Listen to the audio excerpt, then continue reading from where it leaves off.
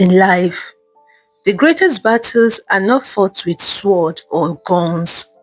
They are fought within the walls of our own homes.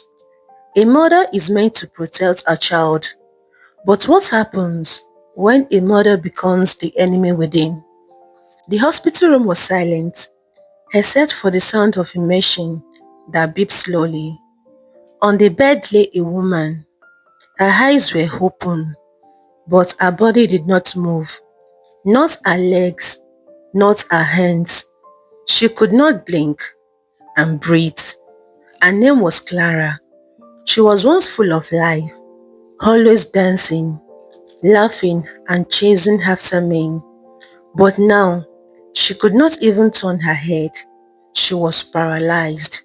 The nurses whispered in the hallway, "Do you know who shot her?" One asked. "Yes," another replied in a low voice. It was her own daughter. A daughter shooting her own mother. People could not believe it.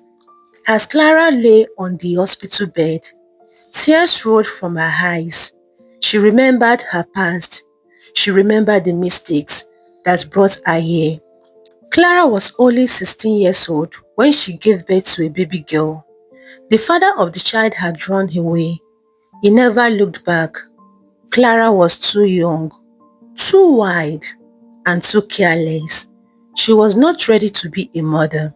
So, she left her baby girl with her own mother. Clara ran off, chasing men and pleasure. She moved from one man's bed to another, never caring about tomorrow. The little girl's name was Amara. From the very first day she opened her eyes, her grandmother held her close. The grandmother was strong, gentle, and wise. She became both a mother and a father to the child. Amara grew up calling her grandmother Mama. She called her real mother, Clara, by her name. Why? Because Clara was never there. She was always moving around, chasing after men, clothes and parties.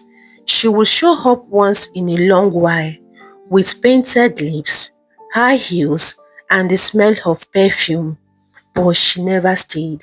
"Clara, your daughter needs you," the grandmother would beg. "I will come back, Mama. I just have something to do," Clara would reply before disappearing again. Amara would stand at the doorway, watching her mother leave. Her small heart would ache. She wished her mother would hold her, kiss her, or even tell her stories at night like other mothers did. But Clara never gave her that. Instead, Mama gave her everything. Mama cooked her food, plaited her hair, washed her clothes, and taught her to pray.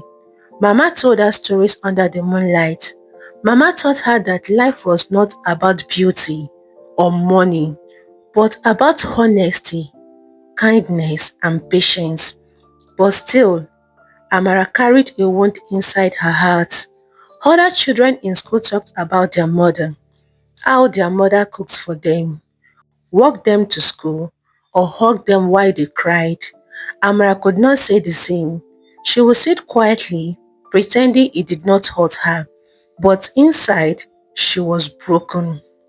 As Amara grew older, she began to understand.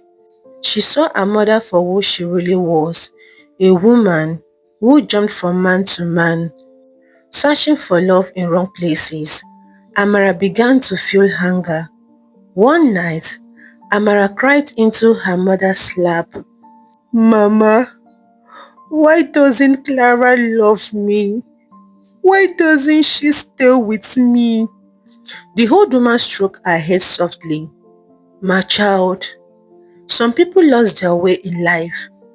Your mother is lost, but you must not hate her. One day, you will understand. But remember, no matter what, you are loved." Amara wiped her tears. She tried to believe her grandmother's words, but deep inside, she made a promise to herself. "I will never be like Clara." Little did she know that her mother's choice would one day collide with her own life in a way so painful, so shocking, that it would change her forever. Years passed, and little Amara blossomed into a fine young woman. She was beautiful, hardworking, and respectful. Her grandmother, Mama, has raised her well. To Amara, Mama was more than a grandmother. She was a ward, a mother, a teacher, and a friend. When Amara met Daniel, she felt as if God had finally rewarded her for the years of pain she endured. Daniel was kind, hardworking, and gentle. He loved her deeply, and he did not judge her because of her broken past. Soon, he asked for her hand in marriage, and Mama danced with joy as her granddaughter began a new life. Amara and Daniel's wedding was small, but filled with love. Shortly after, Amara gave birth to a baby boy. She poured all her love into him, promising herself that he would never feel the emptiness she once felt. But life has a way of mixing joy with sorrow. One cold evening, Mama fell sick. Amara did everything to save her, rushing her to the hospital, praying day and night. But Mama was tired. She held Amara's hand and whispered in weak lips, "My child, be strong. You are no longer alone. Daniel will stand by you. Raise your son well and never let your heart grow bitter." Those were Mama's last words. She passed away peacefully, leaving Amara broken. The house felt empty without Mama's laughter, without her stories, without her prayers. Amara wept for days, holding her baby close. Not long after Mama's burial, Clara suddenly reappeared. She wore heavy makeup and flashy clothes, her eyes sharp as ever, but this time her voice was soft. "My daughter," she said at the doorway, "I'm sorry for the years I wasted. Mama is gone. Please, let me take her place. Let me be a grandmother to my grandson." Amara's heart froze. She looked at Clara with suspicion. Could this woman, who abandoned her for men, truly care now? She wanted to shut the door, but Daniel touched her shoulder gently. "Maybe she means it this time," he said. For weeks, Amara remained cold towards Clara, but slowly she began to soften. Clara played with her grandson, carried him on her back, and even sang to him. Amara's heart ached. Deep down, she still longed for a mother's love. Maybe, just maybe, Clara had changed. And so, for the first time, Amara allowed her mother back into her life. At first, everything seemed calm. Clara had stepped into Mama's place, playing the role of a grandmother. She helped feed Amara's little boy, sang him to sleep, and even walked him around the compound. Amara was still careful, but her heart began to soften. She wanted to believe her mother had changed. She told herself, maybe losing Mama opened her eyes. Maybe she truly wants to be a part of my life. Daniel, being kind, treated Clara with respect. He thanked her whenever she helped with the child and often spoke gently to her. To him, she was not just his wife's mother, but also the grandmother of his son. But Clara's heart was restless. She looked at Daniel and saw more than just a son-in-law. She saw a man she could not resist. His calmness, his strength, and the way he cared for his family drew her like a magnet. At first, Daniel noticed nothing, but Clara began to test him. She would lean too close when serving him food. She laughed too loudly at his jokes. She wore short night dresses in the house, pretending it was nothing. One day, Amara received an invitation to a business conference in another city. It was an important opportunity, and Daniel encouraged her to go. After much thought, she agreed. "Take care of my son, Mama," Amara said to Clara as she prepared to leave. "Don't worry, my daughter," Clara replied with a slight smile. "I will look after my grandson." Amara hugged her baby and kissed Daniel goodbye before traveling, not knowing she had just opened the door for her worst nightmare. The very night Amara left, Clara's old desires woke up. Daniel was in the living room reading when Clara walked in, dressed in silk, her perfume filling the air. "Daniel," she whispered, "you are a good man. No one has ever treated me with such kindness. Do you know how long it's been since I felt this way?" Daniel frowned. "Clara, stop this. You are Amara's mother. Respect yourself." But Clara stepped closer, her eyes burning. "Who will know? Amara, trust us. Let me feel alive again. Just once."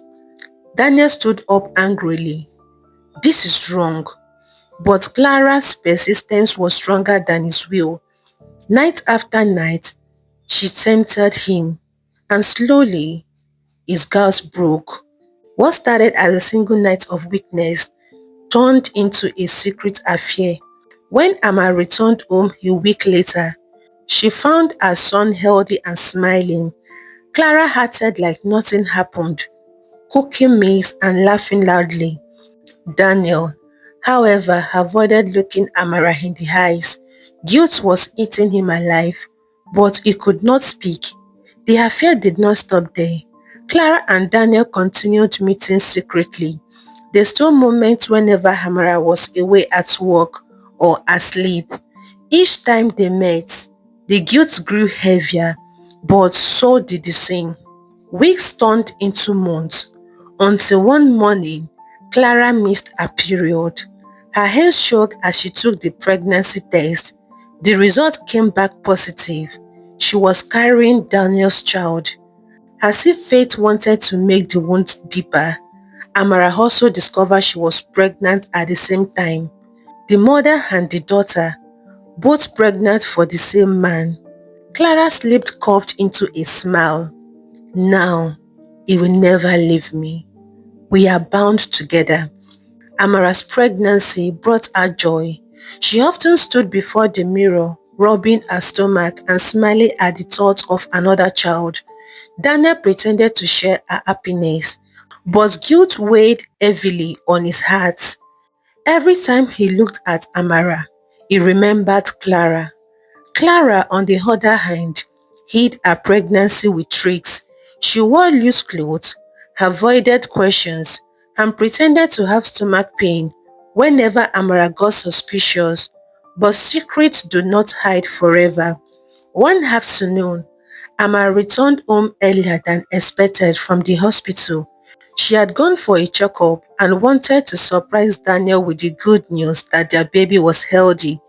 As she walked through the hallway, she heard voices in Clara's room. She paused. Daniel's voice, Clara's voice, whispering, laughing. Her heart pounded as she leaned closer. "Daniel," Clara said softly, "you must stand by me. This baby is yours too." Amara froze. Her ears rang. Her hands trembled. What did I just hear? Daniel's voice came next, full of worry. "Clara, keep your voice low. Amara must never know." "I don't care," Clara snapped. "I am carrying your child, Daniel. You belong to me now, not her." The word stabbed Amara's heart like a knife. Her knees weakened and tears filled her eyes. She pushed the door open with shaky hands. Both Daniel and Clara turned in shock. Silence fell. Amara's voice cracked. "Daniel! Mama! How could you?" Daniel stuttered. "Amara, please. I can explain. Explain what? Amara screamed. That you betrayed me with my own mother? That she's carrying your child? Clara stood boldly, placing her hand on her belly. Yes, Amara, it's true. You have your baby, and now I will have mine. We are both mothers to Daniel's child. Accept it. Amara felt the walls spin around her. Her chest ached as though her heart was tearing apart. She fell to her knees, sobbing uncontrollably. You destroyed me, she whispered. Both of you, you destroyed me. Daniel tried to reach her, but she pushed him away. Her eyes were red with rage, her voice filled with pain. How could you do this to me? Clara's face showed no shame. She only crossed her hands and smirked. But Daniel stood in silence, his head bowed in regret. That night, Amara cried until her eyes were red. The betrayal was too heavy to carry. Something inside her broke. News of the shameful affair spread like wildfire. Neighbors whispered. Families shook their heads. The disgrace was too heavy for one household to carry. Soon, the matter was reported to the village elder who lived in Lagos.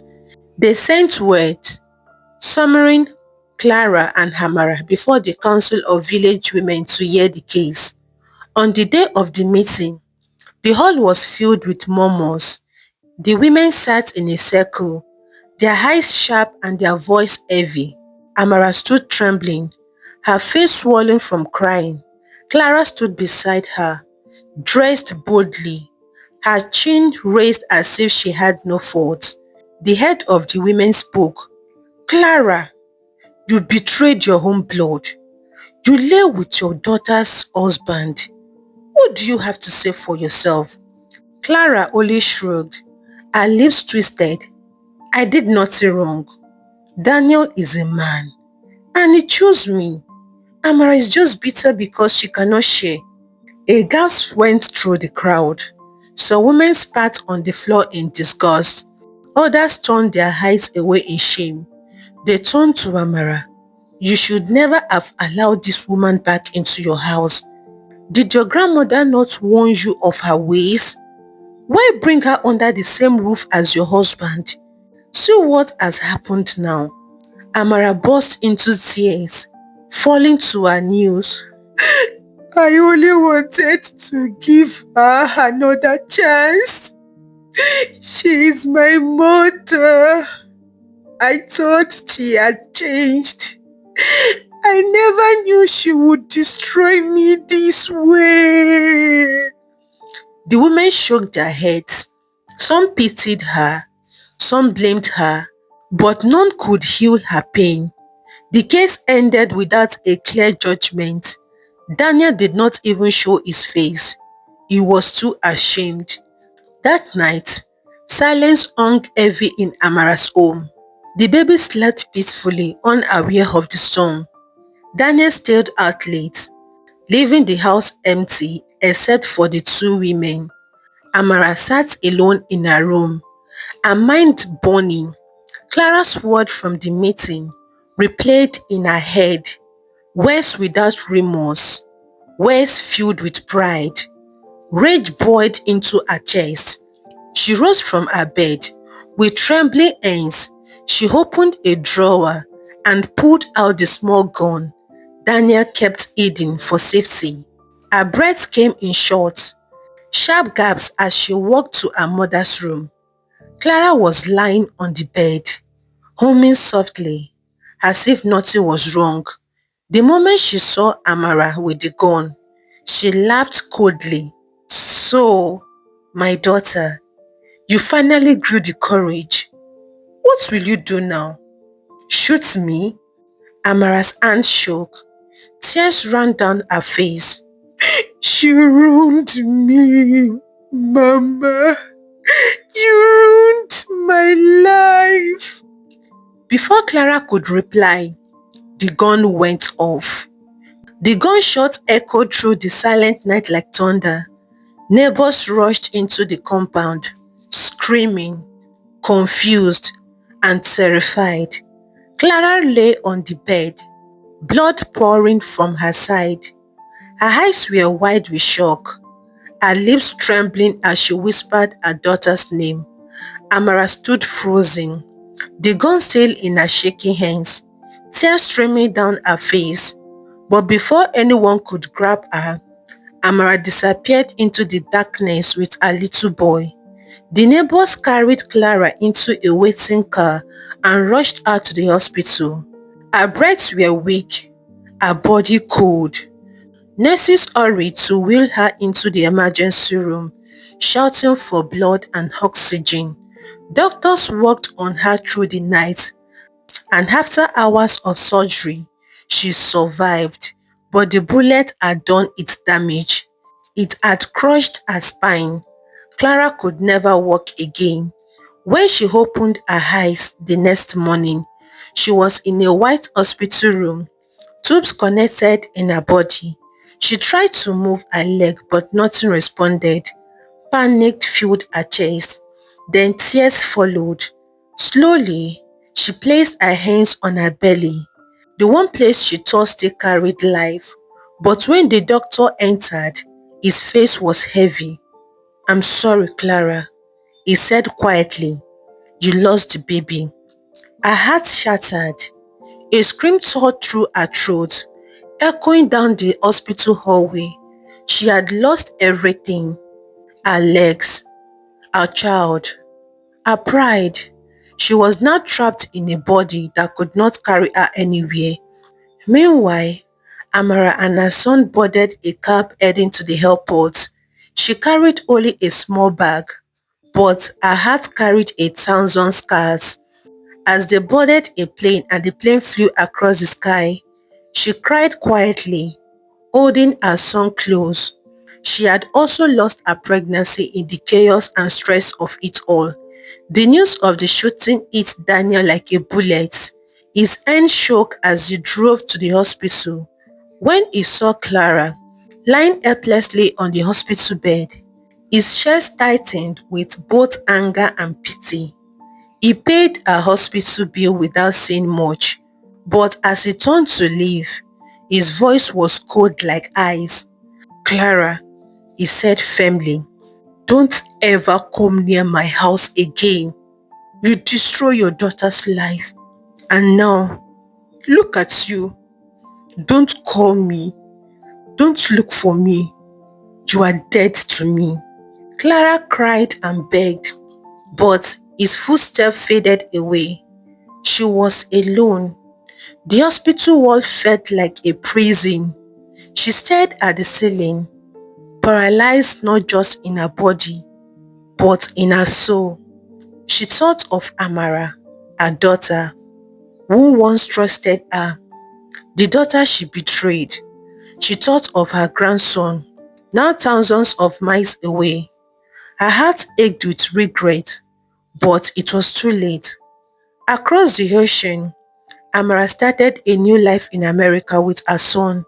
She buried her pain deep inside, but at night, when the house was quiet, she cried into her pillow. She cried for her mother, for her broken marriage, for the child she lost. She was free, but also empty. And Clara, lying in her hospital bed, realized that sometimes the deepest wounds are not on the body, but in the heart. Lessons from the story. This story teaches us that family is both a blessing and a test. But when boundaries are broken, trust can collapse like a house built on sand. It reminds us that forgiveness must work hand in hand with wisdom. Amara's heart was soft enough to forgive her mother Clara, but she lacked the wisdom to keep her at a safe distance. Love without wisdom can open doors to tragedy. It shows us that betrayal often comes from the people closest to us, the ones we open our doors to, the ones we call family or friends. Sometimes It is not strangers who break us, but blood that cuts deepest. Healing does not always come the way we expect. Sometimes, God's answer to pain is escape, not repair. Amara leaving for America with her son was not just running, it was survival. In the end, this story is a mirror to us all. It asked, who are you letting into your home? What desires are you feeding in secret? What choices are you making today that may cost you tomorrow? If you must take one thing from this story, it is this: protect your home, guide your heart, and never allow pain from the past to blind you from the danger of the present. Thank you so much for watching this story to the very end. Stories like this are not just for entertainment, but for reflection and lessons that can change lives. If this story touched your heart, drop your thoughts in the comment section. I would love to hear what lessons you are walking away with today. And if you want more powerful stories like these, stories that inspire, teach, and move you, then don't forget to hit the subscribe button and turn on the notification bell so you never miss another one. Your support means a lot to me. Together, let's keep spreading stories that heal, teach, and open eyes. I love you all. God bless you.